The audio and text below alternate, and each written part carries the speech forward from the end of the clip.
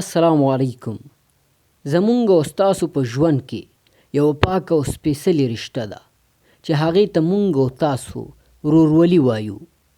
ورورولي په دوه ډوله ده چې دواړه ډولونه یې درته په تصویري توګه ښایو. مننه.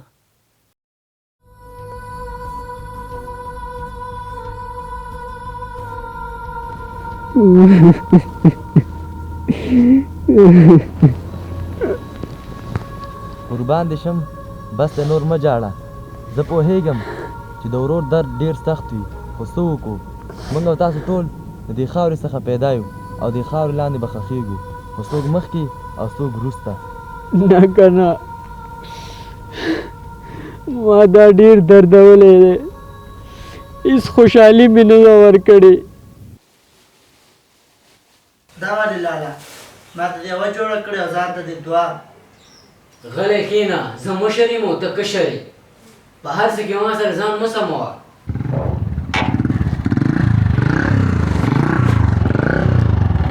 کوشه، تا ته ما 100 کرته ویلي چې زما موټر سایکل ته مه کښېنه. بله ورځ دې ورته اکسلیټر تاش کولی. ورک شه ځه.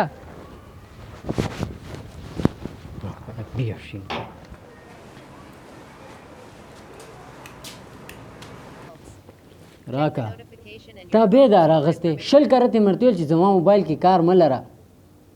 ودې وایم یو ټنګ.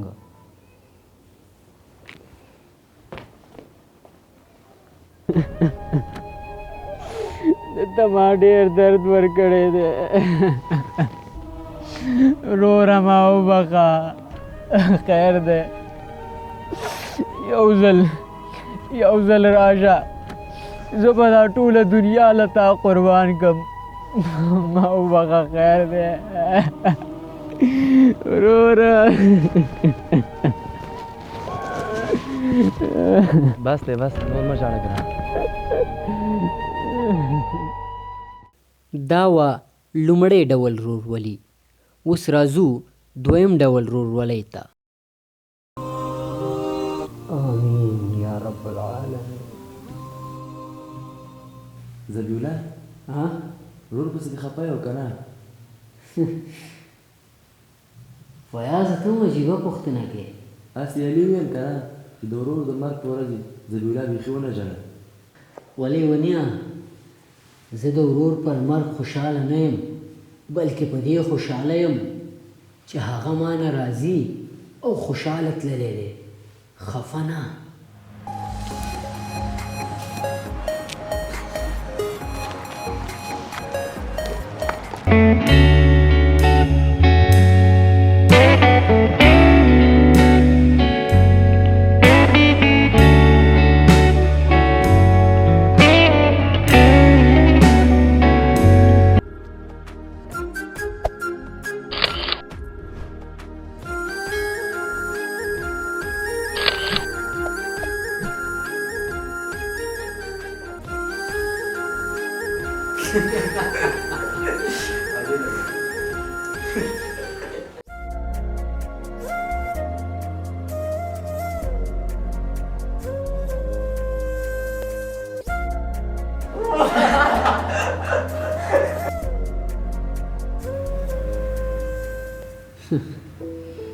ګوره قربان، د یو انسان د مرګ نه وروستو هغه پسې ژړا کول ضروري نه دي، بلکې دغلته د الله جل جلاله کور ته راتلل او د هغه انسان لپاره د مغفرت غوښتل دوا ضروري دي چې الله ورته بخښنه او مغفرت په نصیب کړي.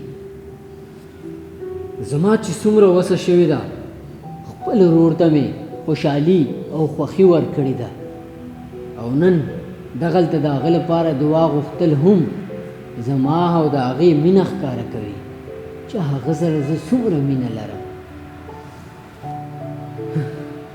خو عجیبه دا ده، موږ او تاسو ژوندي جړوو او مړو پسې جاړو، خو دا غلطه ده. ګرانو قدرمندو کتونکو، اوس تاسو خوښه ده چې کومه سي ورورولي کوئ، داسې او که داسې.